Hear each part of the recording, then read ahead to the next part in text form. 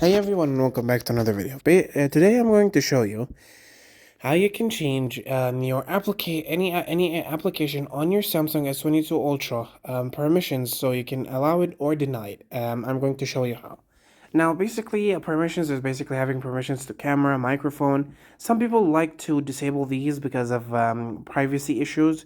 So I'm going to show you how you can do it. So first of all, let's pick an application that you want to disable microphone and camera on it. So let's say Google Chrome. I'm going to click on Google Chrome long, and then I'm going to click on information, or this information icon on the right beside the application's name on the top right corner. I'm going to click on it, and once I click on it, if I go onto permissions, as you can see, you can find camera, location, microphone, photos, and videos. Now, let's say I want to disable location. I'm going to click on location, and basically you can allow only while using the app, ask every time, or don't allow.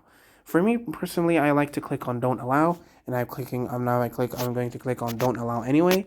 And once I click on don't allow, as you can see, it is changed to not allowed. The permission is not allowed. Chrome is not going to be able to use location. Now you can do this for the camera and microphone and photos and videos, or whatever permissions you want. This can be done to any application on your phone.